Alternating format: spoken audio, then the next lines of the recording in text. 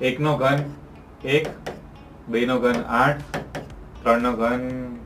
આવું મેચ તો કરવું જ નથી, બહુ ટાઈમ લઈ લેશે ઘન ગણવા. પણ ટાઈમ લઈ જ લઈને થોડીક શોર્ટ ટ્રીકનો ઉપયોગ કરો ને, પેપરમાં સમય નહીં હોય. જો હું તને એક વસ્તુ શીખવાડું છું જોરદાર.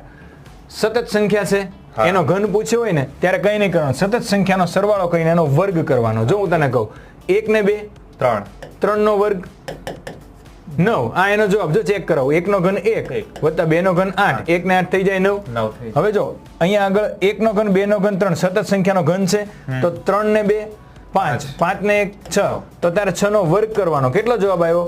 36 જવાબ આવ્યો. હવે તું મને કે તો આનો તું દાખલો કઈ રીતે ગણીશ? 4 ને 3 7, 7 ને 2 9, 9 ને 1 10, 10 નો વર્ગ બરાબર 100. વાહ, સાચું. આ પણ ગણી દઉં? ના ના, એ તો આ છોકરાઓ ગણશે. કમેન્ટ કરો આ ઘનનો જવાબ શું આવશે. વિડીયો ગમ્યો હોય તો શેર કરો. જય હિન્દ, જય ભારત.